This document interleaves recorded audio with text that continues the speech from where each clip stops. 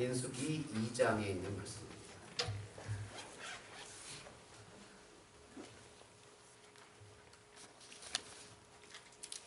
구약성경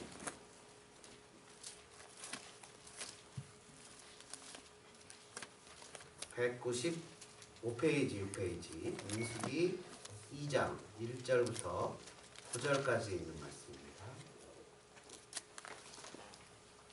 함께 민수기 2장 1절부터 9절까지 합독하겠습니다. 여호와께서 모세와 아론에게 말씀하여 이르시되 이스라엘 자손은 각각 자기의 진영의 군기와 자기의 조상의 가문의 기호 곁에 진을 치되 회막을 향하여 사방으로 치라. 동방 해돋는 쪽에 진 칠 자는 그 진영별로 유다의 진영의 군기에 속한 자라. 유다 자손의 지휘관은 암미나답의 아들 나손이요 그의 군대로 계수된 자가 74,600명이며 그 곁에 진칠 자는 이사갈 지파라. 이사갈 자손의 지휘관은 수알의 아들 느다넬이요 그의 군대로 계수된 자가 54,400명이라. 그리고 스불론 지파라. 스불론 자손의 지휘관은 헬론의 아들 엘리압이요 그의 군대로 계수된 자가 57,400명이니 유다 진영에 속한 군대로 계수된 군인의 총계는 186,400명이라. 그들은 제1대로 행진할지니라. 아멘. 이 시간에 우리 감사목장 나오셔서 해보실까요? 성도는 하나님의 군사입니다. 성도는 하나님의 군사입니다. 한번 더 해보죠. 성도는 하나님의 군사입니다. 성도는 하나님의 군사입니다. 자, 여러분들은 다 하나님의 군사입니다. 아멘. 믿으십니까? 아멘. 군사, 군인입니다. 군병이에요. 한국에 보니까 군인의 6대 덕목이 있어요. 군인 복무기율에. 어저께 우리 잔하고 데니엘 여기 와 있는데요. 데니엘하고 얘기를 하면서 군대 얘기를 좀 서로 했어요. 그러면서 서로 군대 가기 싫으면서 너나 가라 하면서 웃으면서 얘기를 했는데 군대는 좋은 곳입니다. 한국 군대가 좋은 데인데요. 요즘엔 또 줄여서 22개월로 줄였대요. 그래서 참 저 같은 사람은 억울합니다. 4개월만 더 했으면 현역을 나올 수 있었는데 그렇게 억울한 경우입니다. 이해가 되시는 분들만 되시는데 한국은 현역 말고 방위병들이라는 게 있습니다. 18개월 근무를 하는데 4개월만 더 했으면 요즘 같은 현역인데 아쉽습니다. 하여튼 뭐 그렇습니다. 군인의 6대 덕목이 있는데요. 먼저 명예가 있대요. 명예. 명예는 존경심이죠. 군인다운, 군인스러운 뭐 이런 거 그런 게 있고요. 충성심입니다. 자기 자신의 충성, 자기 자신이 군인이라는 거에 대한 철저한 의식에 대한 충성, 그리고 자기 상관에 대한 충성. 철저하게 충성해야 되죠. 상관에게. 전쟁 시에는 명령 불복종은 그 즉결 처형이지 않습니까? 그리고 그 국가에 대한 충성, 충성이 있고요. 세 번째는 진정한 용기가 필요하답니다. 자신을 극복할 수 있는 힘으로 불의와 타협하지 않고 욕망을 누리고 정의를 위해서 행동하는 것. 두렵잖아요. 옛날에 북한군이 내려왔을 때 우리 남한 그 병사들이, 우리 대한민국 병사들이 막 총을 쏘고 대결을 한 적이 있는데 나중에 상대방 군인들은 하나도 안 죽었어요. 북한군이. 조사를 해봤더니 총알이 다 위에 공주에 가서 이렇게 나무에 박혀있더래요. 그러니까 다 이러고 쐈어요. 무서워서. 참 무서워서 이러고 쐈다는 거. 불의를 보거나 어려움을 보면 끝까지 목숨을 아끼지 않고 나가서 싸우는 그런 정신. 그것이 진정한 용기죠. 그리고 반드시 이겨야겠다는 필승의 신념. 필승의 신념입니다. 또 하나는 뭐냐면 임전무태예요. 잘 아시죠? 전쟁에 나오면 죽기를 각오하고 싸우는 거예요. 죽기를 각오하고. 옛날에 우리 어르신들 여기 계시지만 월남전에 우리 한국군들이 용맹을 떨쳤지 않습니까? 뭐 잔인한 얘기도 들리고 좀 별로 반가운 소식이 아닌 얘기도 들리지만 하여튼 용맹스럽게 하여튼 한국군만 나타나면 벌벌 떨었다고 그럽니다. 그런 임전무태의 기상. 마지막으로는요. 애국 애족의 정신이에요. 나라를 사랑하고 민족을 사랑하고 이웃을 사랑하는 거예요. 그거 보면 젊은 청년들이 군대 생활을 하기 때문에 고등학생들 옛날에는 요즘에는 그런 거 없을 거예요. 위문 편지 억지로 쓰게 했었던 적이 있는데 특히 우리 권사님 또래 되시는 여학생들한테 강제적으로 쓰게 했어요. 오빠 덕분에 제가 열심히 공부하고 있어요. 뭐 이렇게 그러면서 쓰게 했어요. 그러니까 민족을 사랑하는 마음, 이런 마음, 오빠 때문에 열심히 살고 있어요. 뭐 이렇게 하는 마음, 이런 게 이제 애국 애족의 정신입니다. 성경은 성도를 하나님의 군사다 이렇게 표현합니다. 저와 여러분이 하나님의 군대다 이렇게 표현을 해요. 군대라는 것은 좀 자세가 다르지요. 민간인들하고 자세가 다릅니다. 주어진 삶에서 무엇인가를 무릅쓰고 명령에 순종해서 나의 한계 상황을 극복해 나가는 것이 바로 군인인데요. 오늘 본문을 통해서 하나님은 이스라엘 백성들을 군대로 세우시는 모습이 나오는 겁니다. 이스라엘 백성들이 400년간 이 애굽에서 종살이를 했어요. 나라가 없었어요. 지도자도 없었고 어떤 시스템이나 정치적인 체제가 하나도 없었던 이 사람들을 불러서 시스템도 만들고 국가로서 갖추기 위해서 뭐 체계를 만들어 가고 있어요. 그래서 제사장이 중심이 돼서 하나님을 예배하는 나라, 예배하는 신정국가로 하나님 만드시는데 이들이 전진할 때나 아니면 이 광야에서 진을 텐트를 치고 살아갈 때 어떤 위치에 어떤 배치로 그리고 행진할 때는 어떻게 누가 앞서가고 어느 지파가 앞서가고 어느 지파가 뒤에 가고 또 이 광야에서 살 때는 해막이 여기 있으면 어느 지파는 어디에 또 어느 지파는 어디에 이런 것을 알려주시면서 하나님 민수기라는 것은 넘버스 아닙니까? 숫자를 세는 거예요. 사람들을 계수해서 군대로 세우기 시작하시는데 자 오늘 본문을 통해서 우리가 세 가지 교훈을 함께 나누기를 원합니다. 첫 번째요. 2장 2절에 보니까 이런 말씀이 기록되어 있습니다. 이스라엘 자손은 믿는 백성들이죠. 각각 자기의 진영에 자기가 속한 진영에 군기와 군기 아시죠? 군대 깃발이에요. 플래그 깃발. 군기와 자기의 조상의 가문의 기호 자기 조상 여러 유다 지파 레위 지파 가문의 기호 곁에 진을 치되 회막을 향하여 사방으로 치다 이렇게 표현합니다. 회막은 하나님을 만나는 장소예요. 영어 원어에 보면 거리를 두고 치라 이렇게 표현하는데 하나님을 경외하는 마음으로 하나님 중심으로 자신의 삶에 진을 치는 거예요. 이스라엘 백성들이 동서남북 세 지파씩 진을 쳤는데 그 가운데 하나님의 회막, 하나님을 만나는 장소가 있었다는 겁니다. 이 얘기는 뭐죠? 이스라엘의 중심에는 항상 하나님이 계셨다는 의미입니다.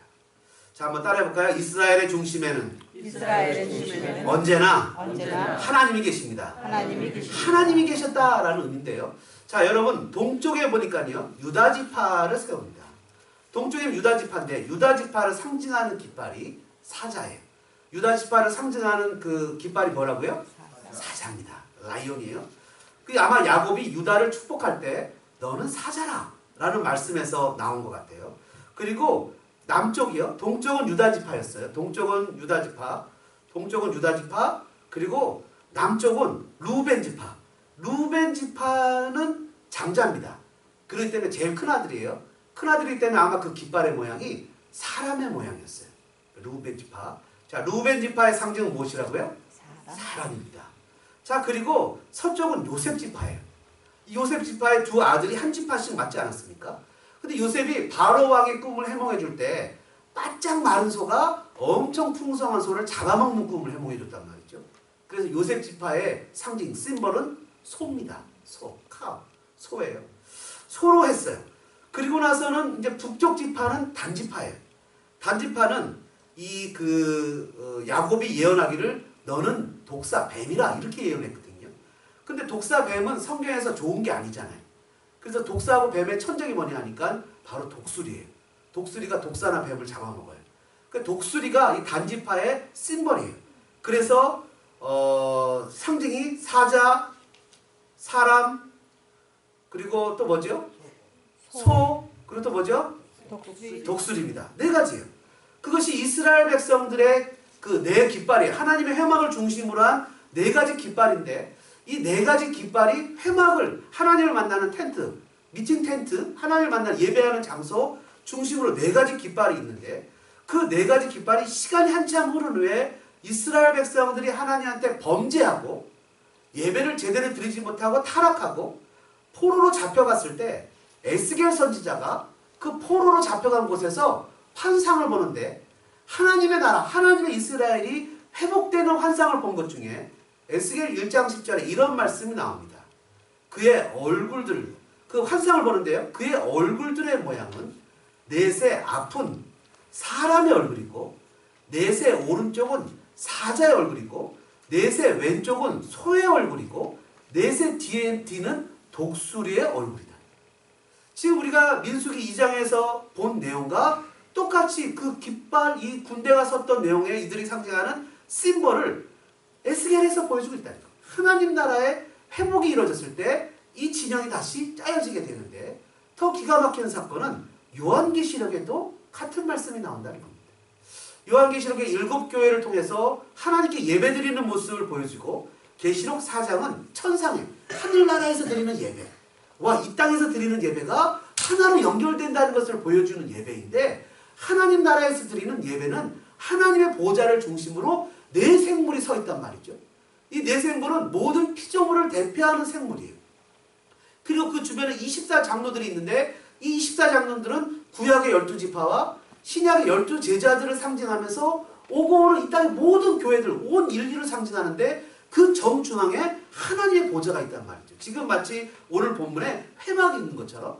근데 그 네 생물의 얼굴을 기록한 요한계시록 4장 7절에는 뭐라고 써있냐면, 그 첫째 생물은 사자 같고, 둘째 생물은 송아지 같고, 셋째 생물은 얼굴이 사람 같고, 그 넷째 생물은 날아가는 독수리 같은데, 이 민수기와 요한계시록이 기록된 기간이 1600년 걸렸습니다. 하나님이 여전히 역사 가운데 하나님이 정중심이 돼서 마지막 오고 오는 천상의 예배 가운데 그 보좌 정중심 가운데 하나님이 계시고, 그 좌우에 하나님의 백성들이 자리를 잡고 있다는 겁니다. 여러분, 전쟁 영화 같은 거 보면요, 알렉산더나 이런 그 영화 같은 데 보면 아시죠? 알렉산더가 얼마나 대단한 그런 그 대왕이었습니까? 자기 군인들을 이끌고 가면서 이 적군하고 싸우는데, 이 아랍 사람들하고 싸울 때 짜는 전략이 뭐냐면, 그 정중앙에 있는 왕을 치자, 이렇게 하거든요. 그러니까 일반 군대에서도 왕은 가장 정중앙에 모든 것을 통치하고 보고 다스릴 수 있는 위치에 있는데, 이쪽을 확 쳐서 사람들 이쪽으로 몰리게 하고, 또 이쪽을 확 쳐서 몰리게 하고, 그 빈틈에 특공대가 들어가서 왕을 치자.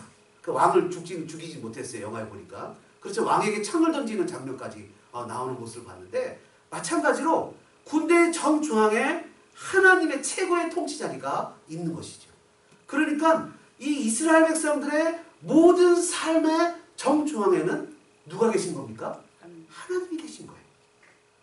하나님. 특별히 오늘 본문은요, 어디에서 기록된 겁니까? 광야에.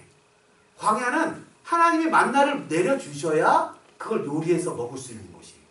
하나님이 메추라기라는 새를 줘야 겨우 고기를 먹을 수 있는데요.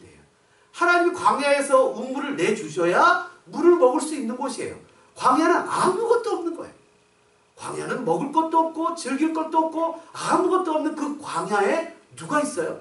온 세상의 통치자이신 하나님의 회막이 있다는 거예요. 성도가 가장 최악의 자리라고 생각하는 그 자리일지라도 그것에는 하나님의 통치가, 하나님의 임재가 임하고 있다는 거예요. 아, 여기도 하나님이 계신가? 하나님이 계시다는 거예요. 내가 이런 극한 상황과 절망의 상황 가운데서도 하나님이 계신가? 하나님이 계시다는 거예요. 그래서 찬송가 중에 그런 찬양 있지요. 내 영혼이 은총 입어 중한 죄지 벗고 보니 슬픔 많은 이 세상도 천국으로 와도다. 할렐루야 찬양하세. 내 모든 죄 사함받고 주 예수와 동행하니 그 어디나 하늘나라. 하늘나라, 하나님의 통치가 있는 곳, 그것이 비록 광야일지라도, 그것이 비록 삶의 척박한 땅일지라도, 그것이 바로 내가 실망하고 좌절하고 도저히 일어날 수 없는 환경일지라도, 그것이 이민의 땅이라고 할지라도, 그것이 바로 하나님이 함께 하시고 제사장이 있고 그리고 회막이, 교회가 있는 곳이면, 백성이 있는 곳이면 그것이 바로 하나님 나라라는 겁니다. 하나님의 통치가 있는 곳이라는 거예요. 그래서 저와 여러분이 그냥 살아가는 것 같지만 우리는 하나님의 통치 안에 있는 사람들이라는 것을 깨달을 수 있습니다. 두 번째로는요, 3절에 보니까 이런 말씀이 있습니다. 동방 해돋는 쪽에 진칠자는 그 진영별로 유다의 진영의 군기에 속한 자, 유다 자손의 지휘관은 암미나답의 아들 나손이요. 하나님이 동쪽에는 어느 지파, 서쪽에는 어느 지파, 북쪽에는 어느 지파, 남쪽에는 어느 지파 이렇게 막 다 정해주시는 거예요. 심지어 구역장 이렇게 얘기하면 이 저기도 이 리더까지도 하나님이 다 정해주시는 거예요. 그래서 동쪽에는 유다, 이사갈, 스불론 지파, 그리고 서쪽은 에브라임, 므낫세, 베냐민 지파. 200만 명이 넘는 사람들을 지금 나눠주는 겁니다. 남쪽은 루벤, 시몬, 갓 지파, 북쪽은 단, 아셀, 납달리 지파. 하나님이 그 지역과 경계를 정해주시는 거예요. 시편 16편 6절에 보니까 내게 줄로 재어준 구역은 아름다운 곳에 있으며, 하나님이 내가 살아가는 삶의 터전을 아름다운 곳에 두셨다는 거예요. 하나님이 나를 한국이나 중국에서 불러다가 이 미국의 LA라는 곳에 나를 갖다 놓은 것은 하나님이 아름답게 정해놓으신 구역이라는 거예요. 그것은 소망교회를 만나게 하시고 믿음의 성도들을 만나게 하시고 오늘 기도했던 것처럼 함께 모여서 예배할 수 있는 은혜도 주시고 또 좋은 사람들, 믿음의 사람들을 만나게 하신 거예요. 그래서 직장에도 하나님이 직장을 허락하셨고 학교를 허락하셨고 삶의 모양을 허락하셨고 가정을 허락하셨고 나의 삶의 모든 존재의 영역을 하나님이 나를 위치를 시켜주셨다는 거예요. 믿기를 축원합니다. 하나님 나에게 기도의 찬송가 중에 있어있지요. 나의요, 오늘 노래를 많이 부르는데요. 원하신 기업 생명보다 귀하다. 하나님 주신 다 기업이라는 거예요. 내가 가서 돈을 버는 것만 기업이 아니라 가정도 내 기업이고 자녀도 내 기업이고 남편도 내 기업이고 삶의 터전도 내 기업이고 직장도 내 기업이고 다 내 기업이야. 내 기업이 뭐예요? 생명보다 귀하다. 왜? 하나님이 줬기 때문에 귀하다. 하나님이 왜 날 여길 줬지? 우와, 완전히 우리 목사님 보니까 꼴통인데 잘못 걸렸어. 내가 체면이 있어서 이게 떠날 수도 없고 앞으로 여기서 뼈를 묻어야 하는데 그게 아니라는 거예요. 여러분 성경에 보니까 오늘 단지파는 하나님이 가나안 땅에 들어갔을 때 단지파에게 준 땅이 있어요. 땅이 있어요. 그리고 유다는 유다에게 준 땅이 있어요. 그리고 또 이 여러 가지 그 레위는 땅을 안 줬지요. 다른 지파들이 먹여 살리도록 줬어요. 오늘 이 지파를 준 이 진영을 보면요. 동쪽 진영에는 레아의 아들인 유다와 이사갈과 수불론의 후손들이 진을 쳤어요. 엄마가 같아요. 조상의 엄마가 다 같아요. 그리고 서쪽 진영에는 라헬의 두 아들 요셉, 에브라임과 므낫세 두 지파로 요셉은 나눴죠. 베냐민 후손들이 진을 쳤어요. 라헬의 자녀들이 진을 친 거예요.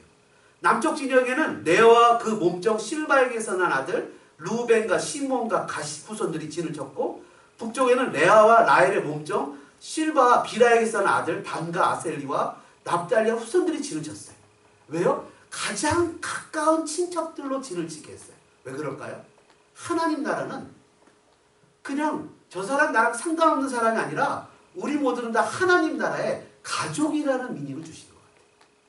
그래서 그냥 이 사람 뭐 상관없는 사람이 아니라 하나님 나라의 백성이기 때문에 누가 아프다 그러면 같이 울면서 금식하고 기도해주고, 누가 힘들다 그러면 가서 격려해주고, 이사한다 그러면 쫓아가서 도와주기도 하고, 이런 하나님 나라의 백성이라는 것을 인식하고 하나님 중심으로 살아가도록 그 조상의 같은 사람들로 묶어주신 것 같아요. 더불어서 또 뭐지요? 그것은 하나가 되어서 자기에게 주어진 일들을 감당하라고 주신 것이죠. 각 지파가 주어진 위치를 지키고 하나님 나에게 주신 기업임을 깨닫고 가나안 땅에 이제 들어가게 될 건데, 그 적각골이 흐르는 가나안 땅에 들어가서 분배받은 땅을 줄 때 나는 왜 산간지방을 준 거야? 저기처럼 물 옆에 이 비옥한 땅 안 주고 나는 왜 이렇게 준 거야? 하고 불평하지 말고 하나님이 나에게 주신 것이 있으면 감사해서 순종하고 감당하고 힘과 용기를 주는 것을 믿고 피하지 말고 순종하며 나가라고 하나님이 이렇게 지파를 허락하셨다는 겁니다. 마찬가지로 하나님께서 주신 기업은 분명 감당하고 정복할 수 있다는 것을 믿어야 됩니다. 여러분, 민수기에 세워진 지파별의 군대, 이 지파별 나오죠. 이 지파가 12지파가 쫙 나오는데 이 12지파가 어디에도 나오냐면 1600년 후에 기록된 요한계시록에도 이 지파들이 나옵니다. 여호와 증인들이 주장하는 14만 4천 외에는 구원을 못 받는다고 거짓말로 주장하고 있는 그 요한계시록 7장에 보면 5절 이하에 보면 이 지파들 이름들이 쭉 나오는데 이들 중에서 사라진 지파가 있습니다. 이름이 등장하지 않는 지파가 있어요. 여러분 잘 아시는 대로 단지파입니다. 단지파가 나오지 않아요. 여러분 단지파는 왜 나오지 않을까요? 어떤 분들은 단지파는 당군의 선조가 되기 때문에 동방의 예의지국 한국으로 가서 한국 민족의 조상이 될 수 없어졌다라는 말도 안 되는 소리를 짓거리는 분들이 가끔 있습니다. 단지파는 왜 사라졌을까요? 단지파가 원래 약한 지파가 아닙니다. 단지파는 야곱이 이렇게 얘기했습니다. 뭐라고 표현했냐면 단은 길섬의 뱀이요. 숨어있는 뱀이에요. 뱀이 물면 죽는 거예요. 새끼의 독사로다. 말굽을 물어서 그 탐자를 뒤로 떨어지게 하는 강력한 힘을 가진 지파예요. 역대상에 보면 12장 35절에 뭐라고 표현하냐면 단 자손 중에서 싸움을 잘하는 자가 28,600명이라고 기록했습니다. 여러분 힘센 사람, 성경에서 힘센 사람 하면 누가 떠오르십니까? 삼손이죠. 삼손도 단지파입니다. 단지파가 약한 지파가 아니었는데요. 이스라엘 백성들이 가나안 땅을 정복한 지도를 보면 단지파가 나눠져 있는 걸 보게 됩니다. 이쪽 위쪽에 하나가 있고 이 북쪽에 하나가 있고 그리고 남서쪽에 하나가 있는 걸 보게 됩니다. 단지파는 사사기에 보니까 하나님이 주신 땅을 힘을 다해서 정복하려고 하지 않고 자기들이 살만한 데를 찾아다녔습니다. 돌아다녔다고. 주어진 삶의 기업을 인정하고 껴안고 그것을 울며 불며 살아내는 것이 아니라 그것을 회피하고 도망하고 자기 좋은 것을 찾아갔어요. 왜? 이미 능력이 있는데도 불구하고 하나님이 주신 것을 감당하려고 하지 않고 도망했다고요. 여러 가지 이유 때문에 그랬겠죠. 그러나 성경 속에서 단지파는 영원히 사라지는데 왜 단지파가 사라질까? 그 이유가 뭘까? 단적으로 결론을 내자면 그들은 우상 숭배를 했습니다. 하나님 대신 다른 것을 섬겼다고요. 열왕기상 왕상 12장 28절에 이에 계획하고 두 금송아지를 만들고 무리에게 말하기를 너희가 다시는 예루살렘에 올라갈 것이 없소다. 이스라엘아 이는 너희를 애굽 땅에서 인도하에 올린 너희의 신들이라 하고 하나는 베델에 두고 하나는 단에 둔지라. 이 일이 죄가 되었으니 이는 백성들이 단까지 가서 그 하나에게 경배합니다. 그가 또 산당을 짓고 레위 자손 아닌 보통 백성으로 제사장을 삼고 사사기 18장 30절과 31절에도 보니까 뭐라고 써있냐면요. 단 자손이 자기를 위하여 그 새긴 신상을 세웠고 모세의 손자여 게르솜의 아들인 요나단과 그의 자손은 단 지파의 제사장이 되어 그 땅 백성에 사로잡히는 날까지 이르렀더라. 하나님의 집이 실로에 있을 동안에 미가가 만든 바 새긴 흰상이 단 자손에게 있었더라. 단 자손이 사라진 이유는 우상 숭배였다. 이스라엘 백성들이 이렇게 12진영을 짜서 하나님 앞에서 군대의 모습을 갖추는데 이스라엘 백성들의 전쟁은 스페셜합니다. 이들은 싸움을 잘하기 위해서 칼을 갈거나 칼싸움을 하거나 병법을 세우는 것이 아니라 이들이 하나님의 군대로서 싸우는 방법은 유일합니다. 그건 뭐냐면 하나님 앞에 온전한 예배를 드리는 겁니다. 하나님 앞에 온전한 예배를 드리는 것이 이들이 세상에서 싸움에 승리하며 이기는 방법입니다. 역대하 20장의 유다왕 여호사밧스 모압 자손과 암몬 자손과 마온 사람이 함께 치러 오를 때 여호사밧이 백성들을 다 모아서 금식 기도를 시킵니다. 금식하자. 하나님 앞에 기도하자. 군대를 이끌고 병사를 만들고 창을 짓고 화치를 처하거나 여러 가지 전략 전술을 짜는 것이 아니라 하나님 앞에 모여서 예배하고 기도합니다. 그리고는 20장 12절에 이렇게 기록합니다. 우리를 치러 오는 이 큰 무리를 우리가 대적할 능력이 없고 어떻게 할 줄도 알지 못하고 오직 주만 바라보나이다. 그리고는 이렇게 얘기를 합니다. 전쟁은 너에게 속한 것이 아니요 하나님께 속한 것이다. 하나님을 신뢰하라. 선지자를 신뢰하라. 그리하면 형통하리라. 여러분, 우리가 삶에서 그리스도인이라는 정체성을 드러내고 하나님의 백성으로서 이 땅에서 성공할 수 있는 방법은 세상의 방법을 쫓아가는 것이 아니라 하나님 나라의 백성으로서 하나님 앞에 예배를 성공하는 것입니다. 주님 앞에 예배자로 서 있는 것입니다. 주님 앞에 예배자로 주님 앞에 서서 예배하는 것이 세상에서 이기는 방법이에요. 그러나 단지파는 우상을 세웠고 자기의 힘을 의지해서 자기가 편한 것으로 쫓아갔지만 함께 배치를 받았던 스불론 지파는 야곱의 예언처럼 암사스처럼 유순하고 부드러운 모습을 보여주었지만 하나님의 말씀을 지키기 위해 생명보다 귀하다는 자신의 기업을 지키는 일에 있어서는 목숨을 걸었습니다. 사사기 5장 18절에 보니까 이런 말씀이 써 있습니다. 스불론은 죽음을 무릅쓰고 목숨을 아끼지 아니한 백성. 죽음을 무릅쓰고 목숨을 아끼지 아니한.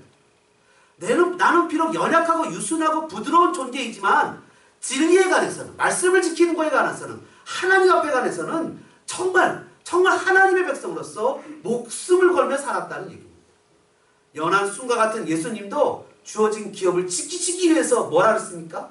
겟세마네에서 기도하실 때 주님, 이 잔을 피할 수만 있다면 피하기를 원합니다. 그러나 자신에게 주어진 기업을 지키기 위해 자신의 연약함을 말씀으로 뛰어넘지요. 뭐라고 고백합니까? 그러나 내 뜻대로 마시고 아버지의 원대로 이루소서. 이것이 오늘 우리의 모습이어야 할 것입니다. 유순하고 연하고 부드럽지만 말씀을 지키는 일에는 강한 용사가 되어야 될 것입니다. 주님을 섬기는 일에는 최고의 용사들이 되어야 될 것입니다. 마지막으로요. 성도들의 싸움은 눈에 보이는 혈과 육의 싸움이 아니라 영적 싸움입니다. 여러분, 저와 여러분들은 지금 다 어디에 살고 있습니까? 미국 LA에 살고 있습니다. 미국은 어떤 도시입니까? 미국은 어떤 곳입니까?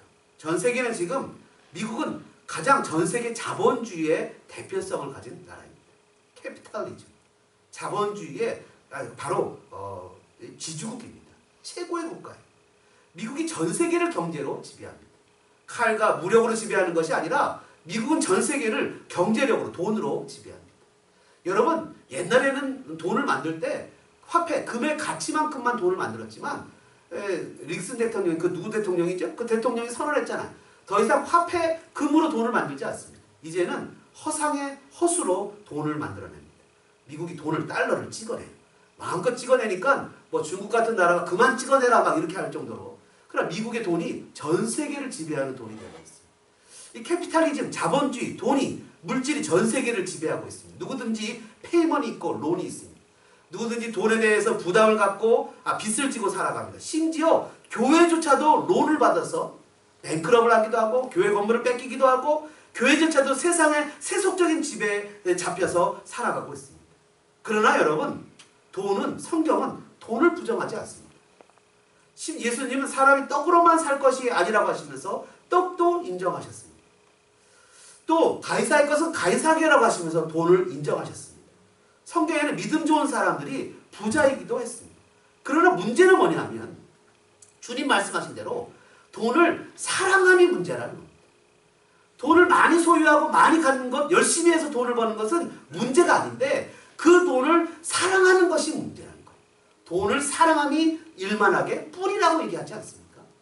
돈을 사랑하는 거예요. 그러나 성경은 뭐라고 표현하냐면 하나님과 재물을 겸하여 섬길 수 없다라고 이야기합니다. 오늘 캐피탈리즘, 전 세계 자본주의의 가장 중심인 미국, 그것도 가장 중심적인 도시인 LA에 살고 있는 저와 여러분이 어떻게 그럼 영적 싸움을 싸우겠느냐? 돈 버는 일을 다 포기하겠느냐? 아닙니다. 더 열심히 벌어야 됩니다.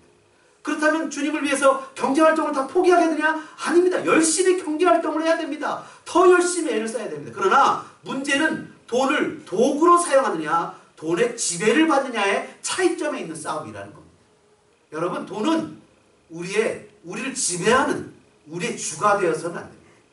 우리의 주님은 예수 그리스도만이, 하나님만이, 우리의 삶의 정중앙에 계시는 그분만이 우리의 주님이 되어야 됩니다. 이스라엘 백성들이 광야에서 40년 생활을 하고 이제 가나안 땅에 들어가게 될 겁니다. 광야는 아무것도 없어서 하나님만 바라보며 살아가야 되는 시기인데 가나안 땅에 들어가면 모든 것이 풍족한 곳입니다.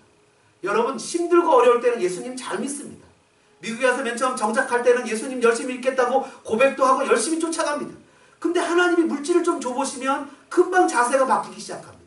마찬가지로 이스라엘 백성들이 광야에 살 땐 좋았는데 가나안 땅의 풍성한 곳에 들어가면 이제 문제가 생긴단 말이죠.